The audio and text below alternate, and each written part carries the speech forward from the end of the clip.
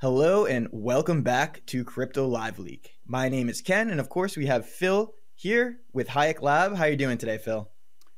I'm doing fine, Ken. Thank you. And how about you? How's the weather Doing great. in Boston? Weather's a little cold, just like the market, but we're doing fine. We're hanging in there. We're still alive. Nothing's dead over here. Okay. Good. And Phil, this is an episode we're going to be talking a lot about proof of work versus proof of stake. But just to introduce, again, you are the author of the Book of Satoshi, also working on the Tezos book. Recently, you have an announcement on that original Book of Satoshi that you made. It was... Yeah. So it's actually been translated in Chinese. So I'm happy to receive a copy of it. So I am not able to, I'm not the one who translated it, obviously. But it's really cool to see that it's been the words of Satoshi translated in Chinese. Yeah, that's awesome to see. So if any of our viewers want to get a copy of that book in Chinese, it's now available. Of course, we'll put the links down below for where you can purchase that book, as always. Yeah. And so let's hop right into it, Phil. First, we want to start with this graph here. It's a new chart that you made for us, and it was the bond requirement as a percentage of total staking balance. You want to just go over that a little bit? Yeah, so we shared that together before, but I've actually realized I should have had it as well, the percentage return that is, with the official return that is published is 5.5% of that's someone, if all the Tez were staking, then you would be getting 5.5% return in the first year.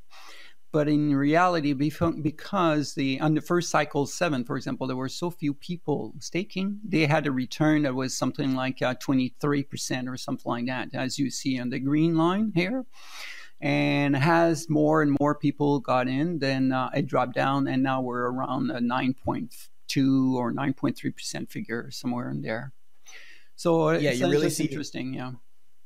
Yeah, you really see how high that initial return was. And that was because the network started, on cycle 1, that's where all these people that took advantage of the high return started baking or delegating. Yeah. But the problem was there wasn't many tools designed for the average user at that point. So you didn't have many participants.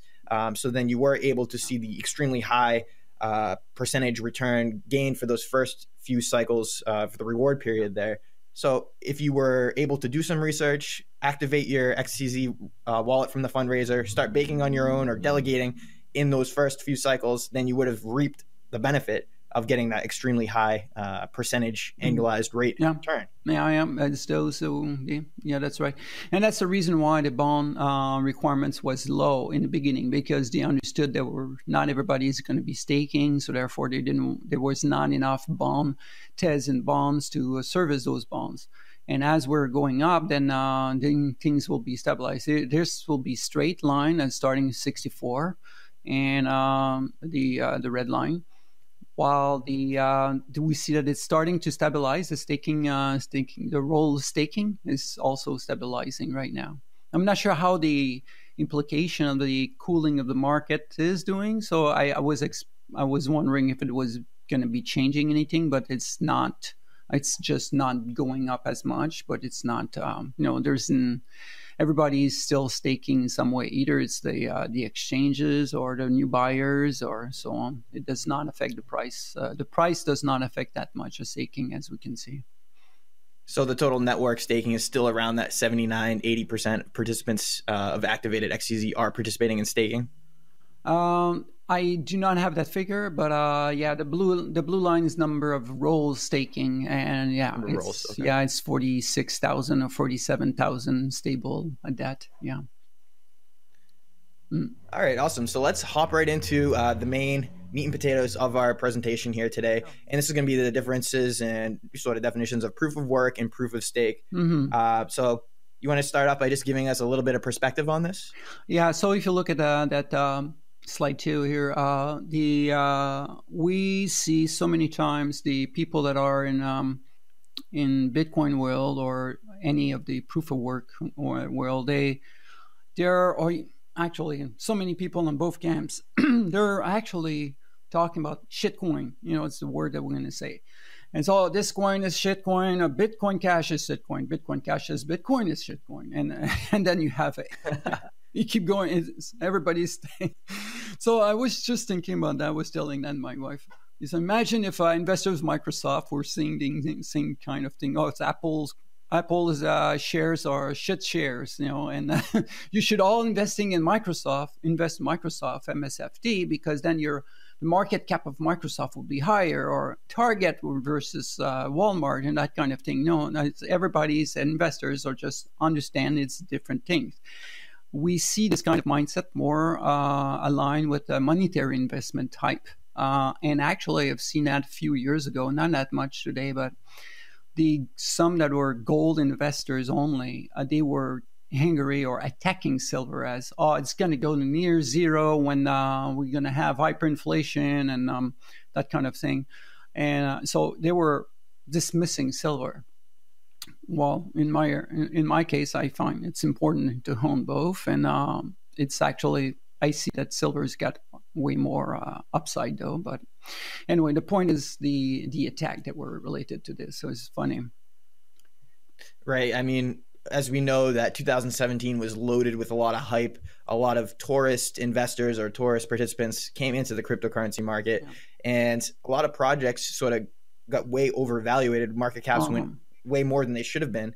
And then now we sort of see a self-cannibalism of market participants calling all these other projects shitcoins. And that's sort of like the term used to describe most of the projects outside of like the top 20 coins, if not even the top 10. And like you said, some people even use those words for Bitcoin Cash, which is the top 5 coins. I know. Yeah, indeed. And so the point is, when it comes to proof of work or Bitcoin, now they say that that's the proven one, reliable one, and therefore it's this one is the one that it should be looking at.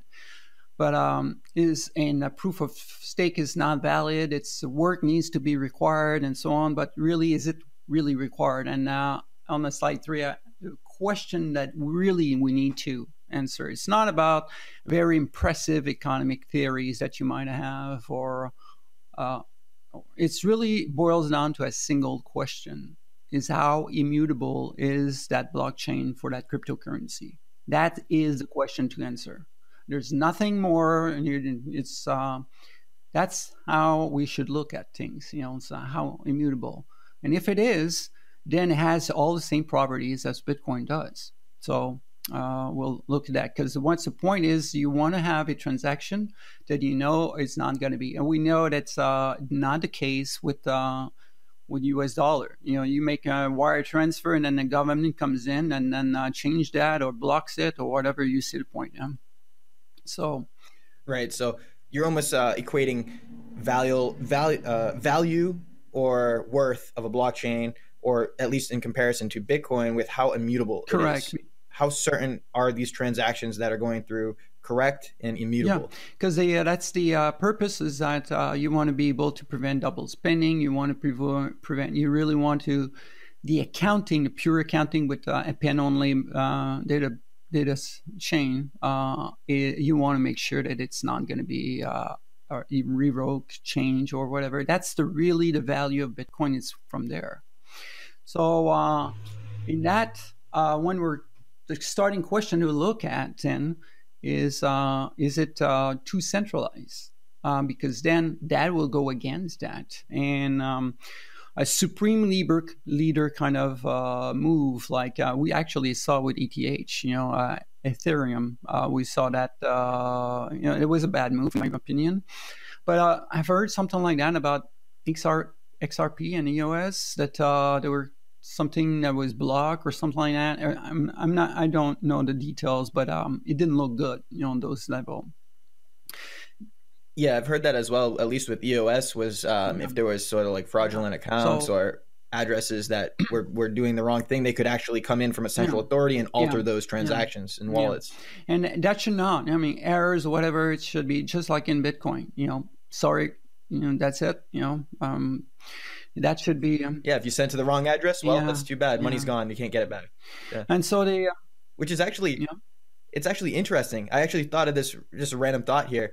If someone were to come up with an idea for a project, say a wallet-to-wallet mobile app, where there's actually maybe a notification that pops up on the receiving address, where let's say I'm trying to send you something, And in order for that transaction to go through, there's like a soft acceptance that has to happen before that transaction actually hits the blockchain. So a message that pops up on your wallet screen that says, oh, Ken from Crypto Live is trying to send you 1 XTZ. Is this correct transaction? Then you hit yes, sends me back a message to let me know that I'm sending to the right address before it actually hits the blockchain. Just a random idea for anyone. Yeah, it's a good. I mean, obviously, I don't think anybody's going to reject receiving money, but if it's the amount is wrong, at least certainly that will be useful, and or at least the other one will be able to confirm. Yeah, I didn't get that confirmation, so you've sent it to the wrong person. That kind of thing. So you're on the right track, I think. So the other question is like, how does that behave when there's an isolated network, or there's a the blockchain is being, or there's been a fork, or because of the network has been split in some way, and the how could the prior blocks could be altered. So again, if an attacker wanted to modify some blocks in the prior blocks, what kind of how would that attack be involved? How would that be possible? And we'll go through a case here. So the case of an isolated country where either the country is disconnecting, or there is a problem with the network or electricity or internet, something. A country is isolated. How do the two coins, Bitcoin and Tezos, will react in that? Sorry. So in both cases, actually, the same thing will happen. You'll have one that is a longer chain. The longer blockchain will be the winner once of the two blockchain. So there will be a fork, and the longer blockchain will be the winner, and there will be the new one, and then everything will be centralized, continuing from that longest chain. With Bitcoin, the reason why the longest chain is because that's a proof of work. There's more proof of work in that one, because they were able to amass more blocks, and therefore more proof of work for each blocks.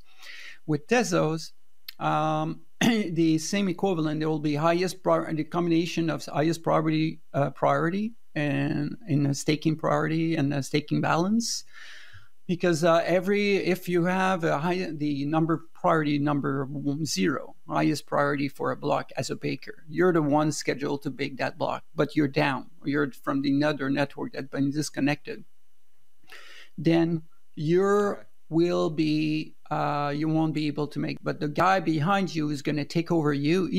Has to wait a minute before he can send it, to give you the time for the first baker with priority 0 to go ahead and bake it.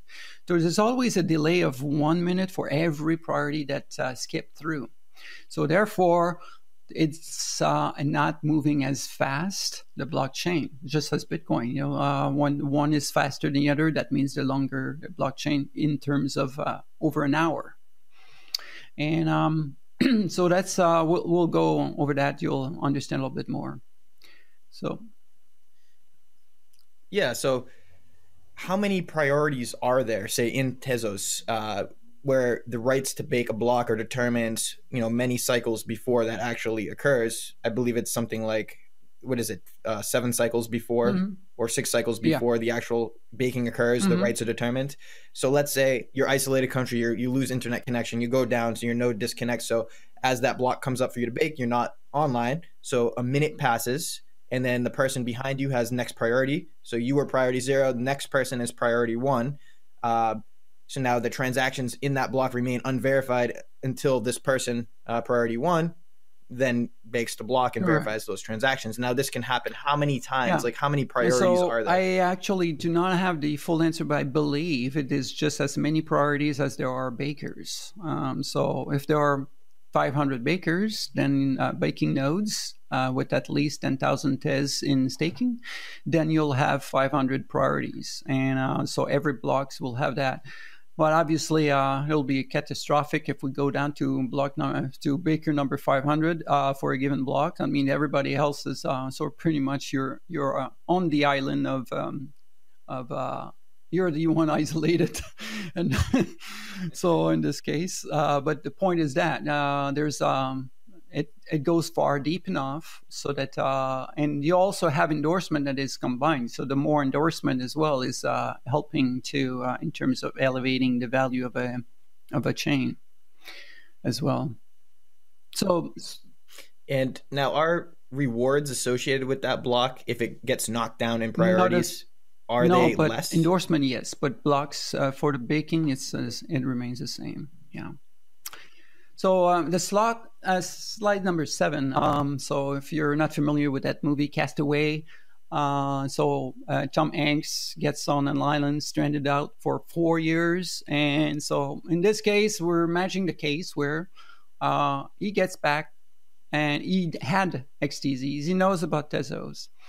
And he wants to sell the rights to his book, but he wants to be paid in Tezos. And so now he has to remember the blockchain, and you want to make sure when he connects that it's really the real blockchain of Tezos. It's not a fake one, and we'll go over that. What kind of attack would be so that he might be getting something fake, So if I go look at what's important to understand with slide 8 is that proof of work. How does that work? Is that Bitcoin miners, they take a block, which is a large or small document, is SHA-256. You get a hash of this, and so it's a fixed amount. And a block in this case is what is fed to the SHA-256, and part of that block, each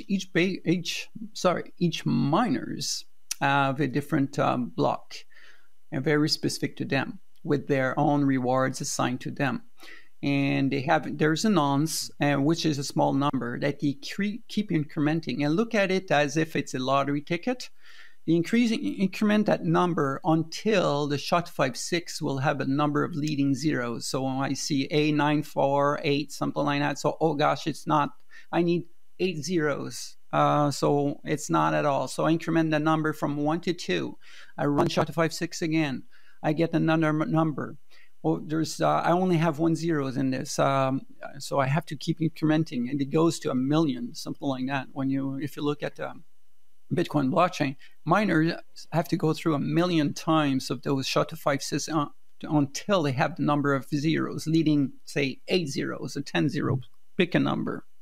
Now, that if Chuck knew, I remember when I left that there were at least that many miners, and the proof of work was requiring at least 10 zeros. Now today it might be 15 or something like that since then.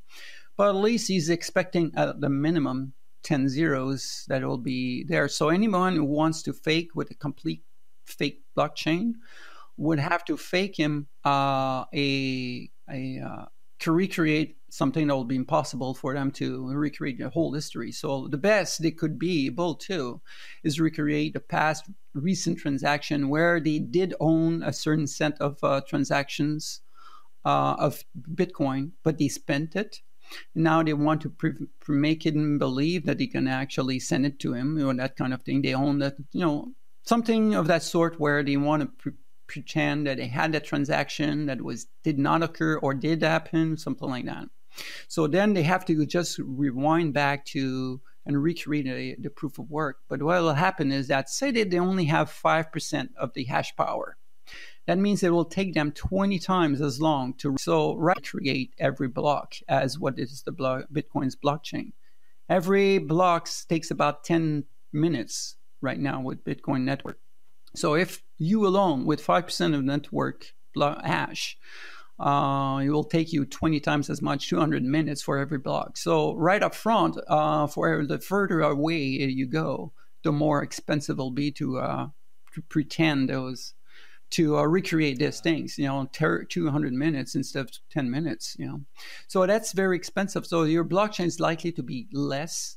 And you know that BitShark will say, well, it started in January 3rd, Bitcoin, January 6, 2009. And therefore, I expect every 10 minutes to roughly. So we should have that many blocks today. But you only have, 5% less or 10% less. So you might have cooked a book recently or something like that. If you want kind of security that you have, that you can build up with this. Okay. Now, with Tezos, you have the proof of stake where we mentioned that in slide 9. Here's the baking rights. So you go from 0, 1, 2, 3, 4, 5. And so you would have to, on slide 10, if you want to rewind to a prior transaction, to be modifying it or removing it or something like that. Mm-hmm. You would have to go back to at least that point. But then what happened is that everybody's schedule, all the bakers has been scheduled in a chain, of every blocks. The bakers have been established. So you would have to find a way to either recreate an entire blockchain of Tezos or starting from that transaction. So going with the case number where you only want to recreate starting that transaction, that means that say there's 200 bakers overall, baking node, and those bad baking node, those attacker, they have something like 3 or 4 or 5 baker with 10,000, at least 10,000 XDZ to be able to get rights assigned. But their rights, they're across all the 200 other bakers. So they probably have priority 4 there, 0, 1, 0 there, and maybe 100 on another blocks, So if they want to recreate all those blocks, right, it will look weird because suddenly you have all those blocks in the dark blue where it's priority 0, priority 1, priority 0, maybe priority 2, maybe a baker was down and then priority 2 came in to kick in. But suddenly starting with that transaction, it's priority 20, priority 40, priority, see what I mean? It's suddenly a big, huge jump. And with it lagged in time because they're forcing to wait for 20 minutes if it's priority 20. So it would look very abnormal to see this one baker getting rights. Correct. In priority 0, 1 block, priority 40 the next block. Yeah, so continuing to fall to him. It would look. Yeah. So that's slide 11. Like flag, the lower shade of blue is what I want to explain to demonstrate in there, to show that it's a lower priority. Okay. These blocks, these bakers were really low in terms of priority. It took longer for them to spit them out because they were lower priority. And right up front, that will be a red flag for Chuck Noll and Tom Hanks. It's like, whoa, explain me what the heck happened there. So that's the benefit of that. He went to the islands, he disconnected, he came back, and the whole blockchain's lagging on different priorities, bad priorities. Correct, so he's going to know something. Now, the other case is where it's an entirely new blockchain. So the guy the attacker who's feeding a fake block to Chuck will basically, in this case, create 200 baking node for himself. He's creating a completely new blockchain where he's creating fake XTZs. These XTZs are valid on that fake blockchain. And he owns, several across 200 bakers, fake bakers, and he's running all those different baking nodes that are creating those transactions. It might take a while because, you can fudge the numbers so that the timing, instead of a minute, he waits 2 seconds so that all the transactions are quick.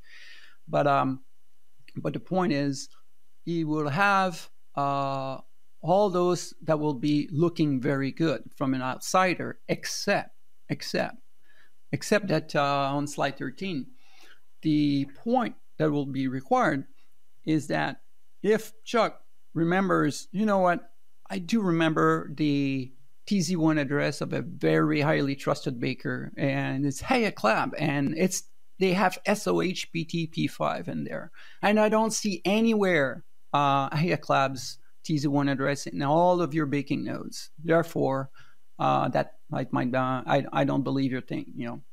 So that's the protection. Is if you remember at least a couple of key fingers like that, and so that's the core requirement as a protection, which is more difficult for Chuck to remember than Chuck remembering, at least 10 zeros, leading 10 leading zeros. So that's the weakness, I would say. It's extended to that, but it's not major, but it's, it's somewhere there. Yeah, so just for the audience here, we are going over examples on how to, I guess, counterfeit transactions or make double spending transactions, create fake blockchains to show that it's very theoretical. It's just yeah, a way and that will be the case where Chuck's computer is connecting to a computer that is pretending to be a whole network, and feeding him different. He believes Chuck that he's actually downloading this blockchain from the whole network. Reality, it's actually crafted from a bunch of virtual machines acting like if they're the whole network. And on the last example you gave there for the Tezos network, if he didn't see the baking account number for Hayek Lab, well, then immediately he's going to know something's up. Yeah. This whole blockchain looks different. So he doesn't recognize the one baker that you said from the example there. So it could be a case that Hayek Lab stopped baking, or it could be a case that there's someone faking the whole blockchain, right? So that's just the one area to look for suspicious red flags in order to identify So these bad circumstances. And so quickly, the cost to do this is is a big deterrent factor for someone wanting to do this. The cost to fake bad transactions is a deterrent, right? That's the main deterrent in proof of stake to stop someone from wanting to do this. The cost correct? Is if you look at it from creating an entirely new blockchain, or a partial one, is not too expensive. You just need a bunch of virtual machine and modifying the code so that instead of 1 minute, you will boil it down to 1 second. But you fake the block times as being 1 minute, so you can accelerate recreation to pretend it's actually 1 minute that elapsed, that kind of thing. So it's not too expensive. The only drawback is that it will look silly. Something will look silly. Right. Yeah, it'll look obvious correct. That it's and so either because there'll be the drop in priority, or it'll be the completely nothing looks familiar in the blockchain. I remember this kind of thing happening, or that kind. Then nothing will be noticeable. So the other thing, however, so if you look at the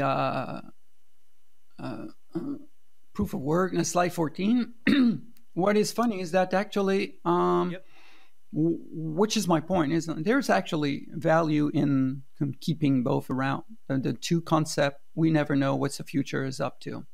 But you could have periodically the Tezos block, the beginning of cycle 100, the first block of cycle 100, and first block of cycle 200. The hash of it is recorded in Bitcoin's blockchain, and that kind of thing. And Bitcoin's blockchain block number, and you pick a number that is easy to remember. Or there's something of a very specific blockchain number, or every 10,000. I'm picking up something, a principle where it's easy to remember, at least that it's every cycle 100. And every 10,000 blocks of Bitcoin that you're recording those things, something of that sort. And so in this way, at least you'll be able to capture, you have a way to verify. I know that, for example, what they had suggested in the paper somewhere is that the blockchain of Tezos will be recorded in newspaper or something like that. That will be something. But Bitcoin's blockchain could be another way.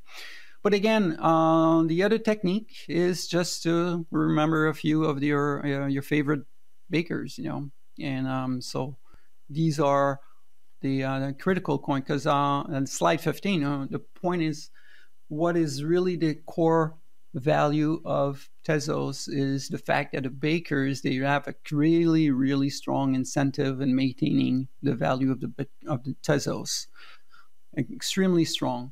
And therefore, that's the other point, is that Chuck, by downloading the Tezos blockchain, will verify, am I at least connecting? I want to actually connect to those various network and I want to be sure that I'm connecting with those bakers that are well known, up front. And so if you don't recognize that, then you have a red flag.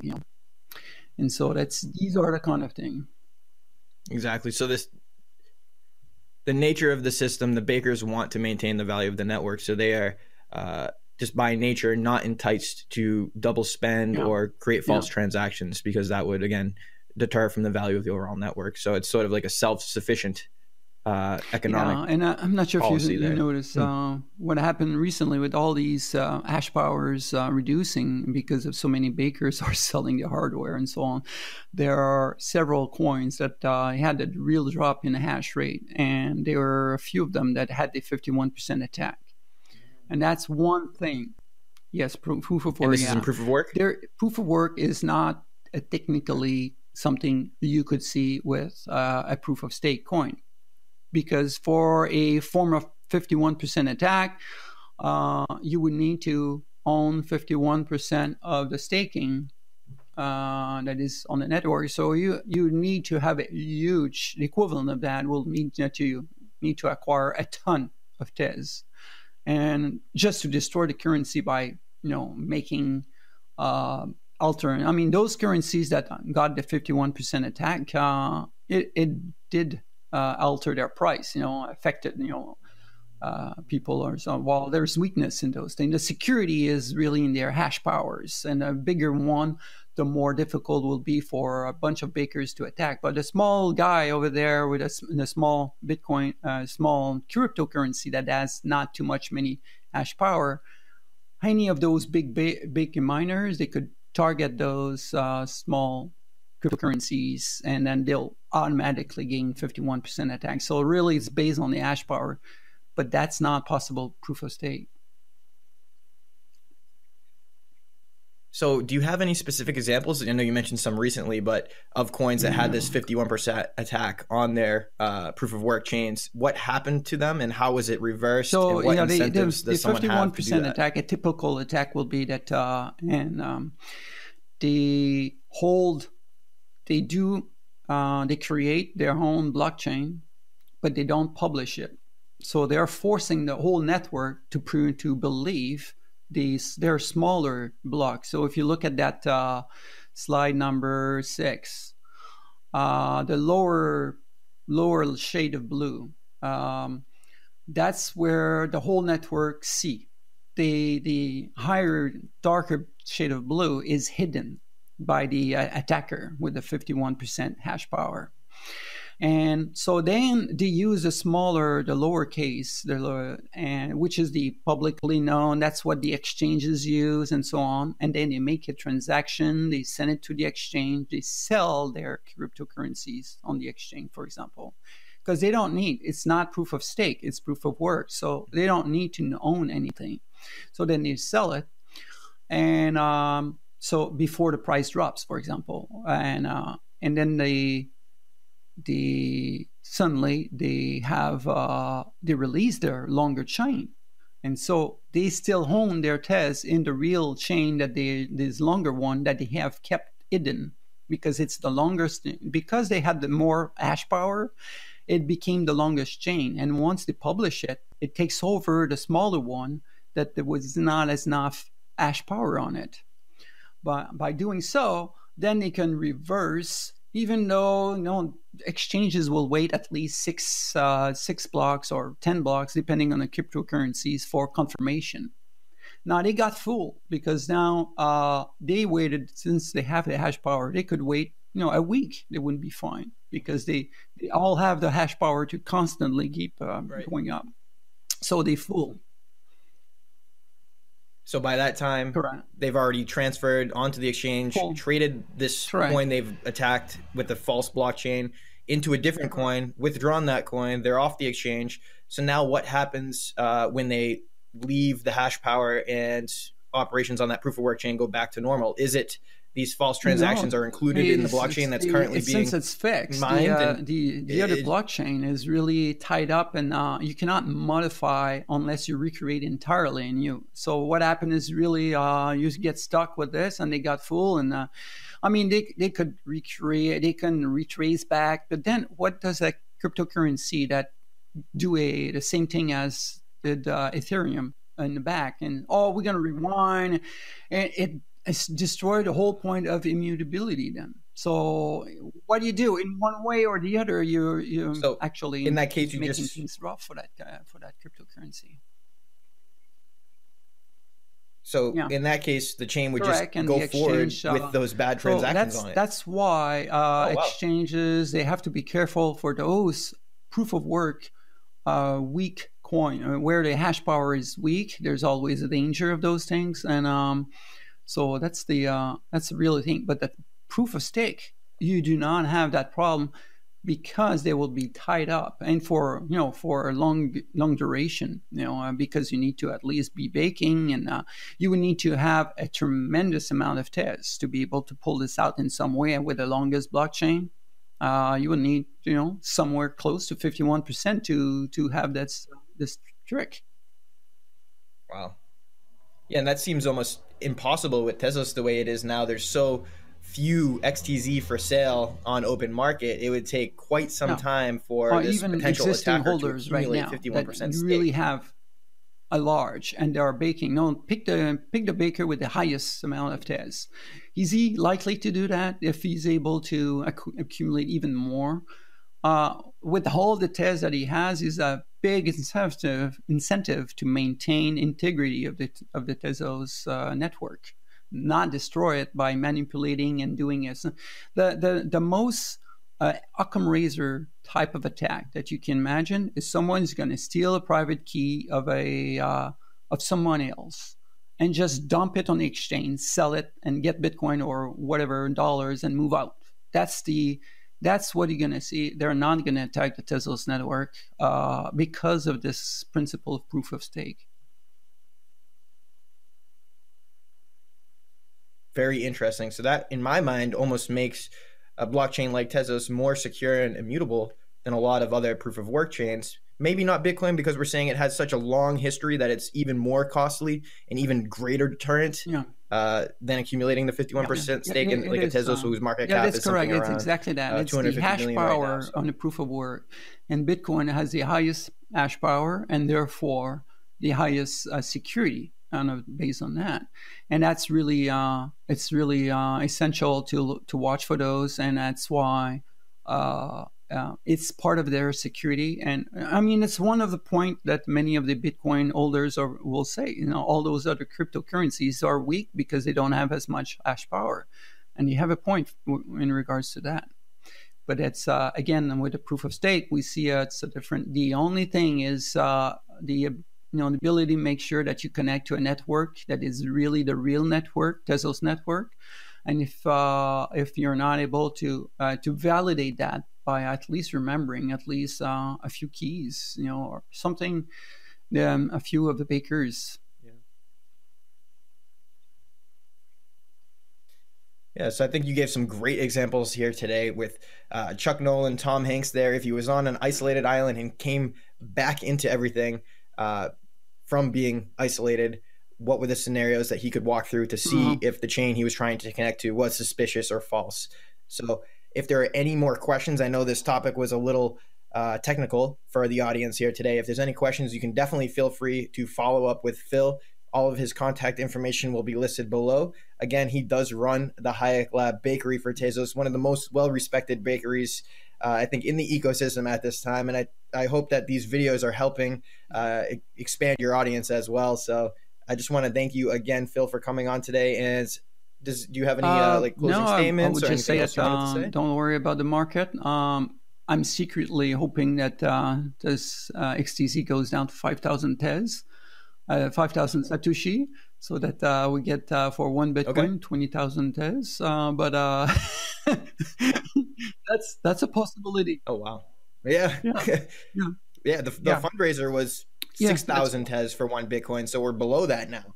I mean, we're even below the yeah. USD ICO price. It's at But about 32 the cents market as of this is, time of this video. we have to look at the whole overall. They're tightening the interest rates and so on. So there's a multiple combination of things going on outside, and there's it's a little bit of a winter for the cryptocurrency right now. But I think we're going to be hitting a bottom in terms of that for them. And then it's going to be stabilized. So if you want to at least have bragging rights that you got at the bottom of this current cycle, monitor those things, because right now it's going to be the right time to acquire, either now or lower. And maybe I'm too greedy. I'm not going to get my 5,000 Satoshi, but yeah. And I mean, from my days as an equity trader, I'm going to say this is not financial advice. Nothing we say on this channel is financial advice, as the disclaimer says. But we would always, in a situation like this, try to dollar cost average in a position where you're never really going to predict the bottom, but it can't hurt to space out buys on a lower range. Like, say if you thought it was going to 5,000 Satoshis, currently trading at 10,000 Satoshis, well, why not put buy orders incrementally down to that, so you can sort of average your cost in. That way you're not going to miss an entry point. Just one last point, I believe that people should at least diversify.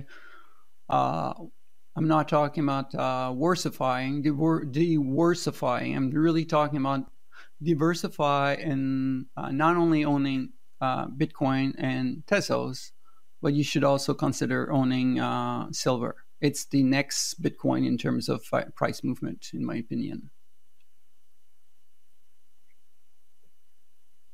Yeah, and you also have some great articles that you post on your Twitter handles from time to time about how silver and more common investment instruments could be a wave of the future, especially when things like the dollar run into inflation silver issues is really a commodity that is underpriced right now, and it's just an upside. So you should consider. We're talking about a factor of 100, to my opinion, at least, that I see in the future, but. Again, this is my opinion. So it's a Bitcoin move, when you're talking about a factor of 100. Is the kind of thing that we've seen with Bitcoin and Tezos. 14 and what's silver currently trading right now? Yeah. 14 or 15. So you could see that up to maybe 1,200. Yes. Over 1,000. Yeah. It's per ounce. Okay. Yeah, that's some great insights here from Phil. And again, thank you so much for joining us on the channel. You guys watching, feel free to subscribe to this channel, hit that notification button, and also hit the like button and share this video. I want to see at least 100 likes on this video, guys. I know you watching can do it. Hit that like button, hit that share button, spread the word. Take care. Thanks again, Phil. Until next time, take care.